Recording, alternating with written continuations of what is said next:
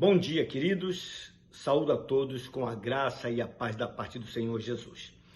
Leiamos os versos 19 até o 23 do capítulo 20 do Evangelho de João, pois assim nos diz a palavra de Deus.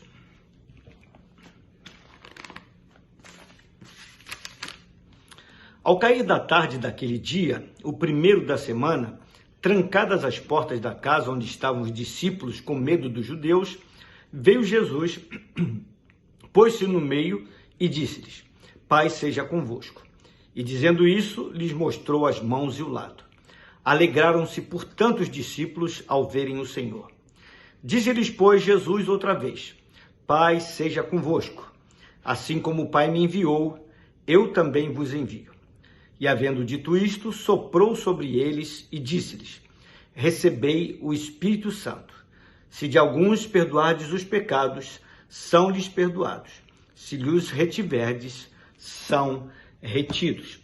Meus queridos, ao terceiro dia, após a sua crucificação, Jesus ressuscitou conforme havia anunciado.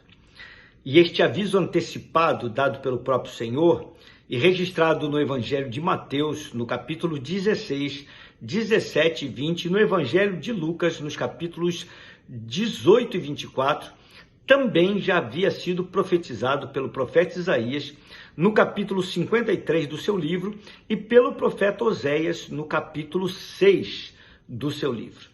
O evangelista João registrou que ao cair da tarde daquele domingo, os discípulos estavam reunidos num lugar seguro, com trancas, por estarem com medo dos judeus. Havia ocorrido tantos eventos extraordinários e maravilhosos naquele dia, que eles resolveram reunir-se para considerar a respeito do assunto.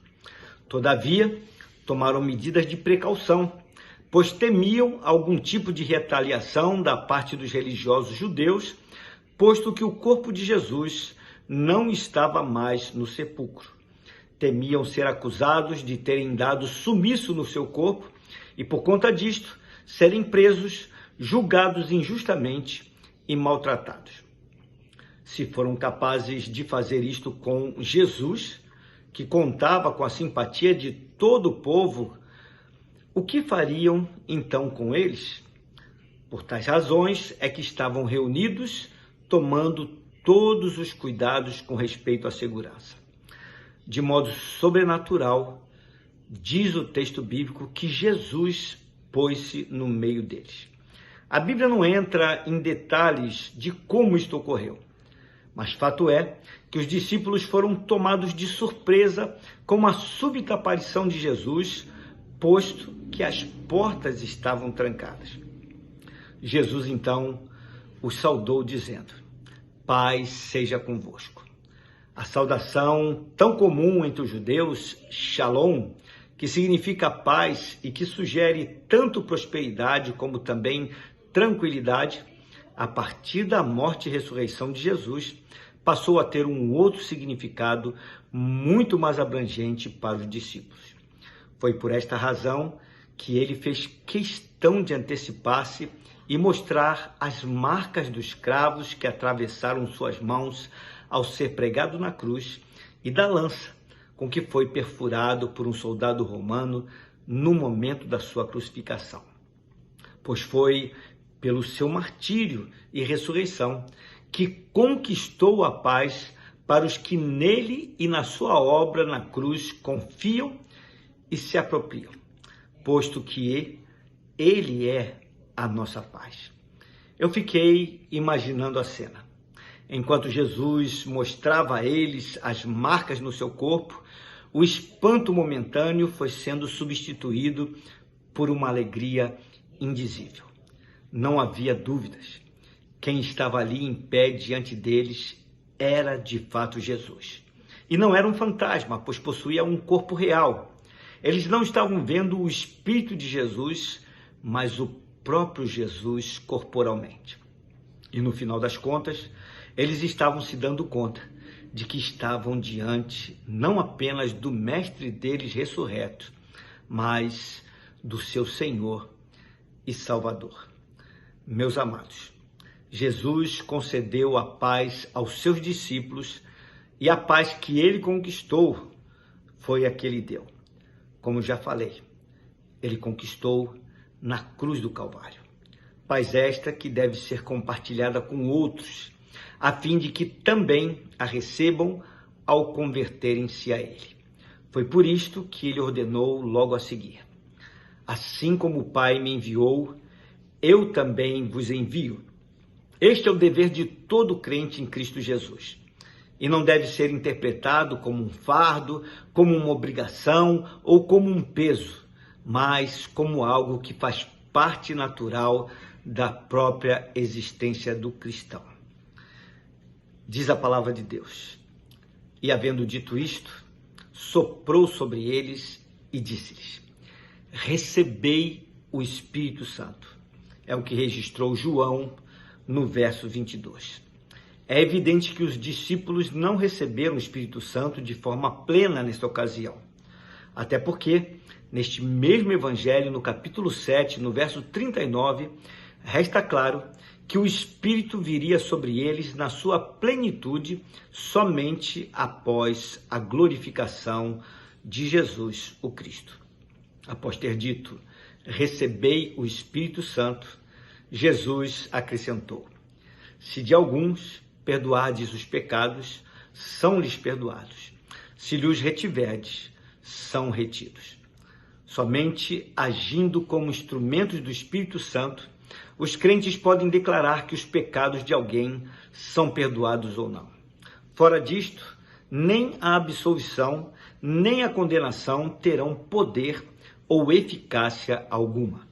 Até porque os crentes só podem declarar o que Deus já realizou, porque ninguém tem poder para perdoar pecados a não ser o próprio Deus.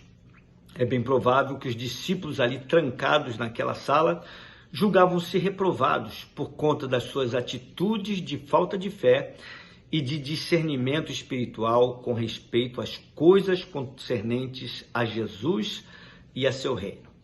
Ao fazer tal afirmação, creio que o Senhor buscou encorajá-los, empoderando-os neste sentido e dando-lhes tal autoridade.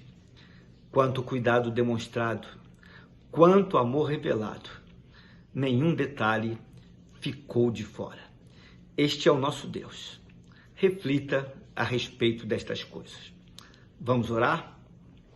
Pai querido, Deus de amor, que encontro precioso, mais uma vez eu declaro.